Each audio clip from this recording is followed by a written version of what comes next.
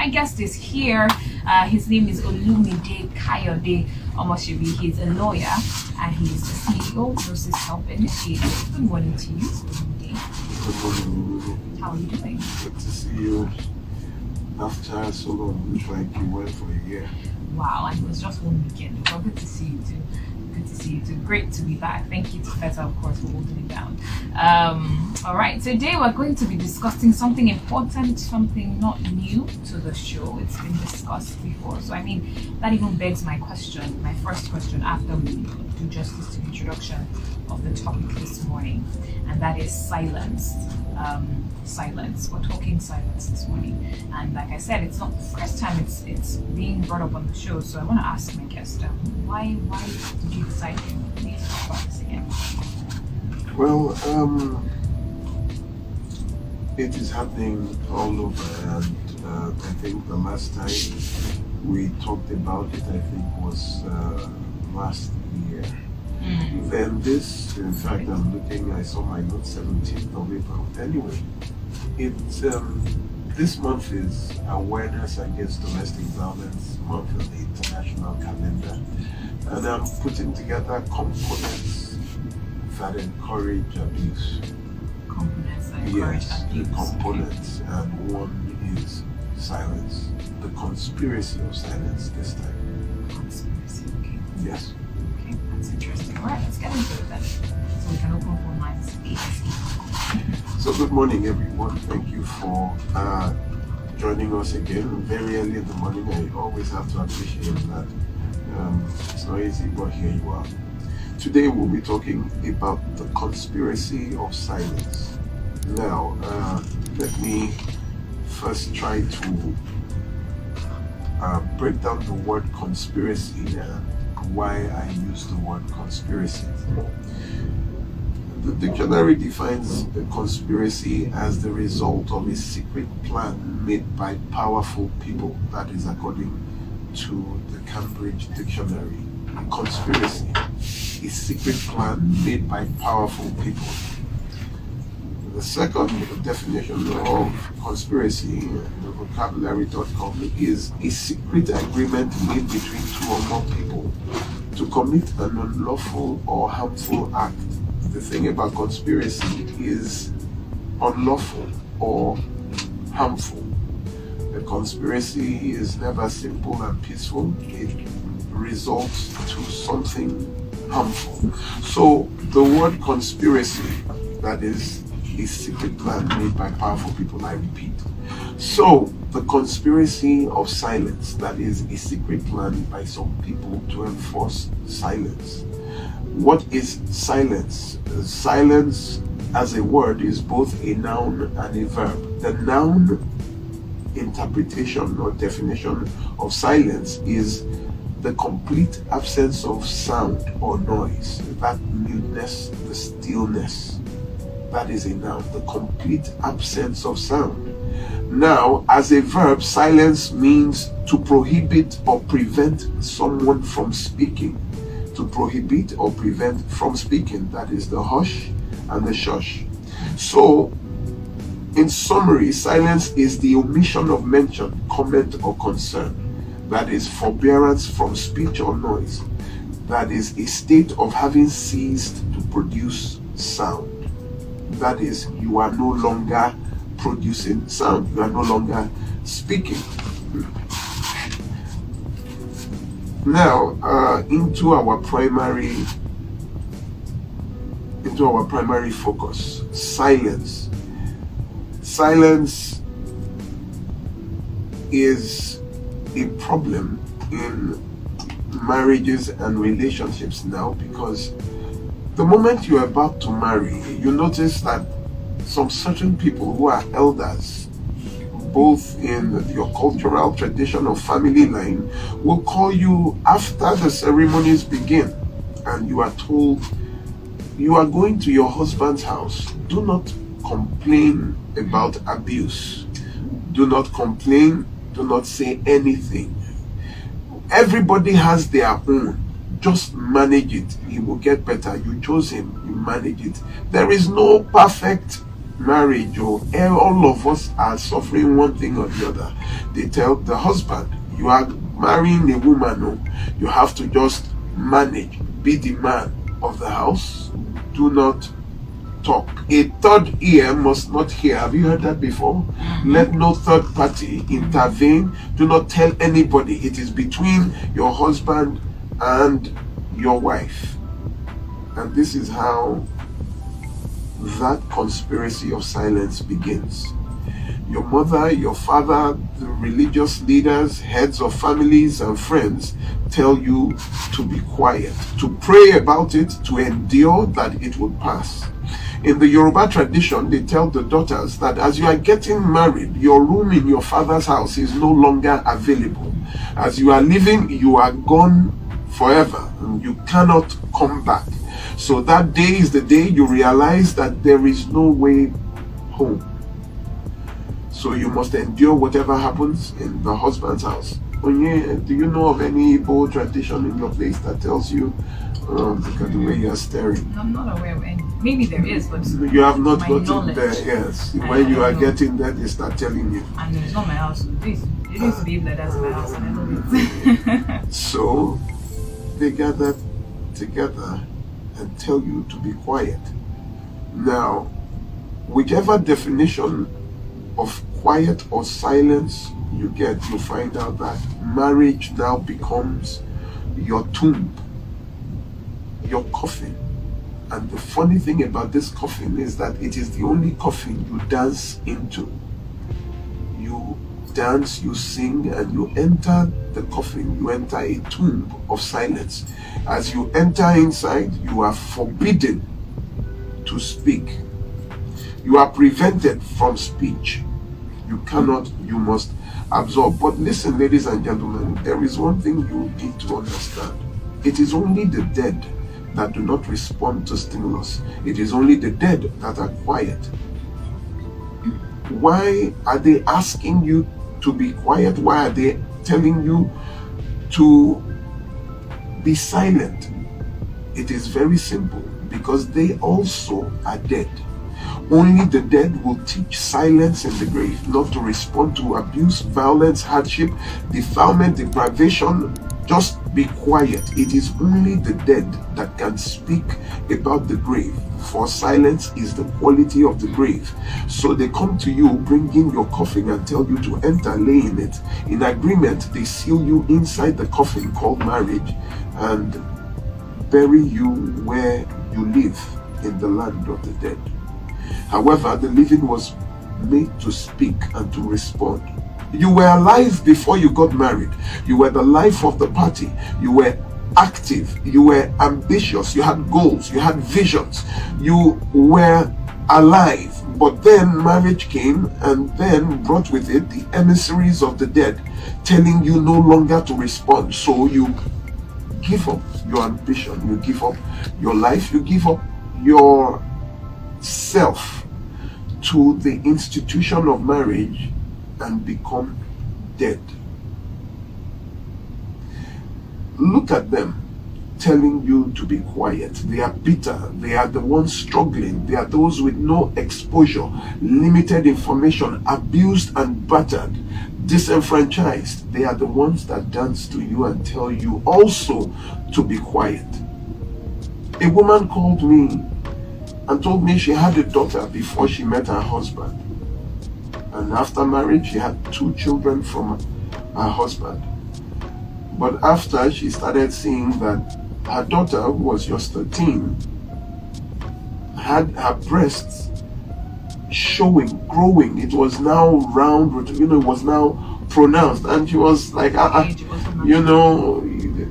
that was going on. Her breasts were getting heavy, and she asked the daughter about it, and the daughter said nothing of that. Maybe that's women develop faster. She never thought about anything. Then, after a while, a season had passed, she looked at this daughter and said, this your breast, and she was going to be 13 that year. And the mother was concerned about these breasts. And one day, I don't know what happened, she just grabbed the daughter and threatened her. It was then the daughter now said that, well, when you go to work, daddy always rubs on them, on the breasts, and at times he puts his lips. This is her stepfather. That is her stepfather. And she screamed. Next thing, she called her husband. The husband did not deny. The husband was quiet. So she called her husband's family and said, how can that today? She said, how can he do that to the child that his own daughter, the girl that calls him daddy? The family said they would get back to her. Then, she called her own family too. That is, I think her brothers, that she's leaving and everything. You know what they told her? After about 2 days later, her brother called her and said, who will marry a woman that has a child? That you are lucky to have somebody that would even marry you with this child. So you know what? Just endure. So if you go now, where are you going to?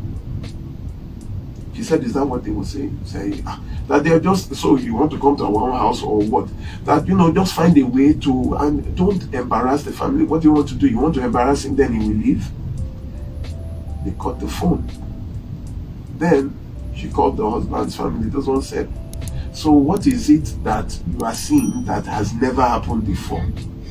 That the way you are even shouting, that soldier go, soldier come, barrack remain.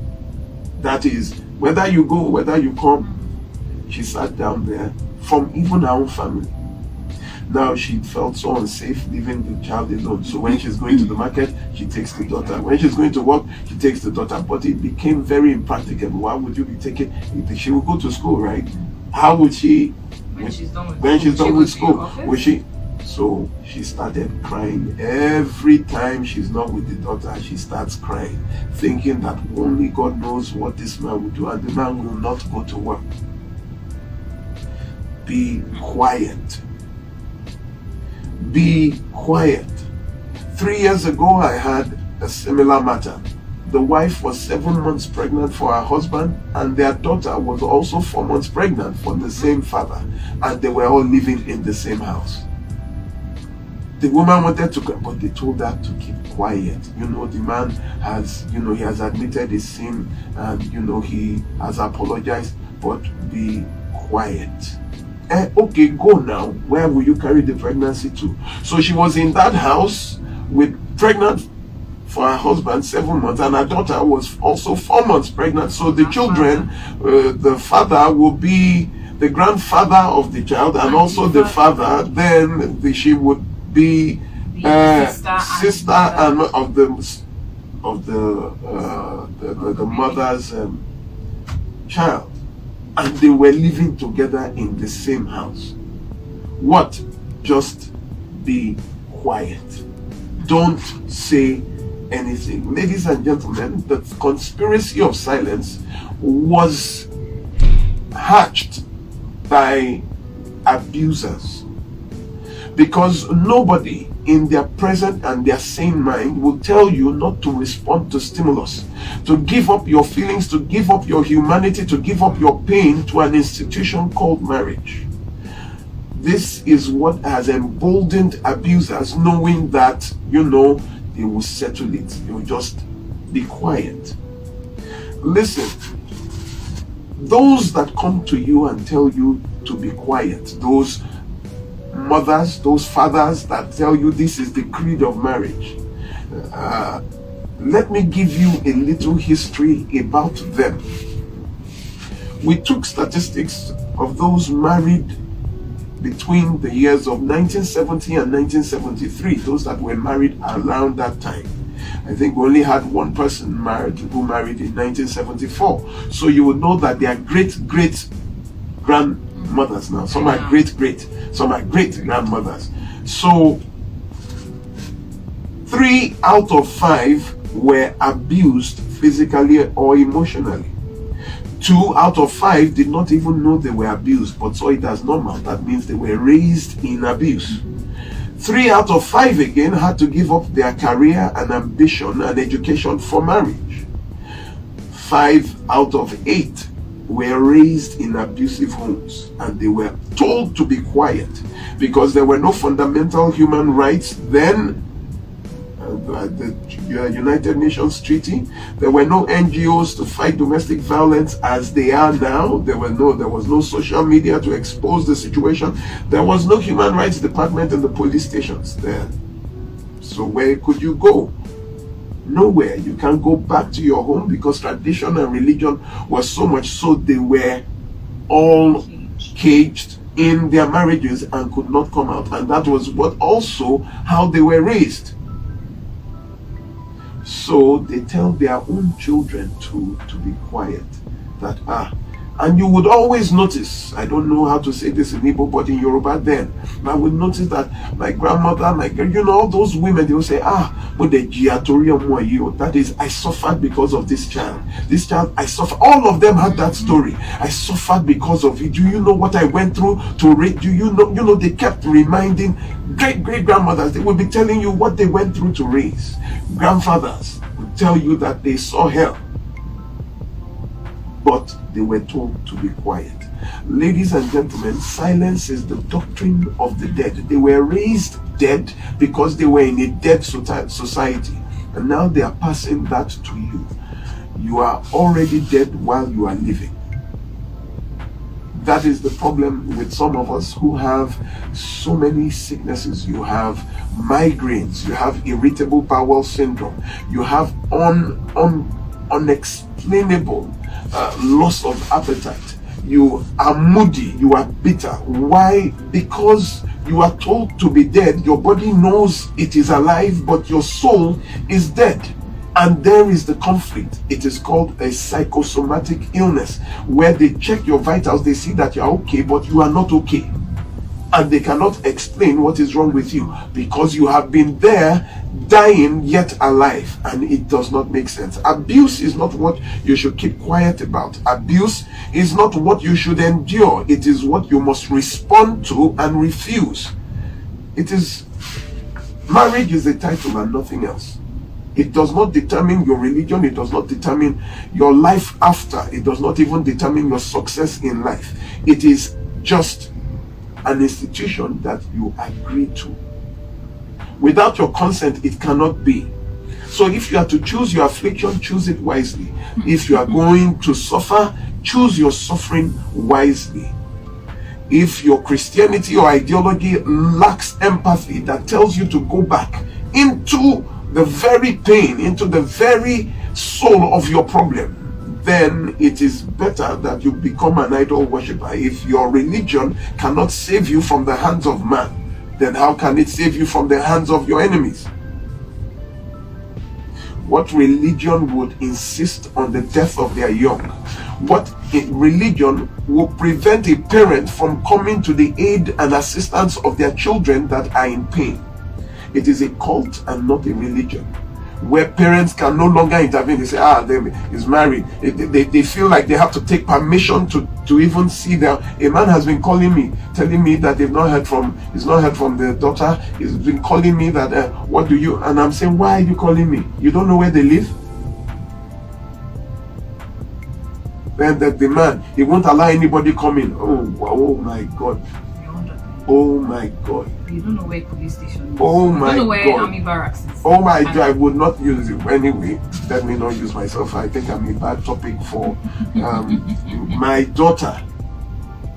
My own daughter. And they say go and pray. Meanwhile, we are bearing, ladies and gentlemen, this year, do you know how many souls we have lost in July alone? I was talking about February. I know the months of February and November are terrible. But July sprung up a surprise this year. It was terrible. Do you know how many we keep losing, and parents are prevented from helping their children? Even sisters and brothers, they feel they have to take permission from something before they can help their own young. You see, have you tried to take a chick from a chicken? Have you tried to take a cub from a lion? Even a dog. Have you tried to take a puppy from a dog? Listen, ladies and gentlemen, as a father, as a mother, your duty after training and raising your child is your child's protection and security. That is why we pray for our children all the time. Where we cannot see, God sees. We pray that God keeps them in safety till you die. Your job is to ensure safety after you have raised them. You don't need anybody's permission to ensure the safety of your child. You have a divine and a natural mission to ensure the continuous survival of your young. That is how we ensure that the human species does not go extinct. It is not by charity, it is by duty. It is your duty as a parent to say, no, what religion, what culture, what tradition? Do you know that traditions, you know what, I think I will talk about tradition next week. Traditions, every tradition and culture on earth was man-made, was made by man. There is no single culture or tradition that was made divinely. It was by man. The very definition of culture is an aggregation of beliefs of people. It is your belief. You know, funny enough, we went to some places and we found out that this side do not marry from that side. It is in the same state. And it intrigued me. They are sworn, as in they don't even marry. They don't make friends. So there is no community school, because the community school would make two people from different, they would meet and they cannot have their children to meet. So I started digging into the history of that culture. I started digging and digging and digging. Do you know that about 250 years ago, two families, two sons from different families had a dispute over land? Do you know that the dispute on the land was not up to 2 plots of land? And that is how they fought. And then they became enemies. So 250 years later, people do not even know that the reason those two communities are fighting is because two single individuals were fighting over a plot of land, which is the most absurd, which is the most ridiculous. They don't know. They just know that these people are wicked. They did not know that it was just two people. Two people fighting for a piece of land that was not up to 2 plots was what made their generations sworn enemies. The generations don't even know that there was nothing. Nothing happened though. It was nothing. There was no spiritual attack. There was nothing. It was just 2 plots of land. To be honest, a lot of all these taboos, we don't. They don't know. They don't know the reason. It's over something. It is over 2 people. It could have been over a farmland that they will be fighting, and then they will make their generations not over tubers of yam. Listen, my conclusion to you today, ladies and gentlemen, is that silence is something you don't have to honor. Every animal makes sound when they are in distress. Every animal, you hear them, because pain to the living emits sound. But it is, you are just told by some group of people, this is how it is in our generation. How old are they that they know their generation?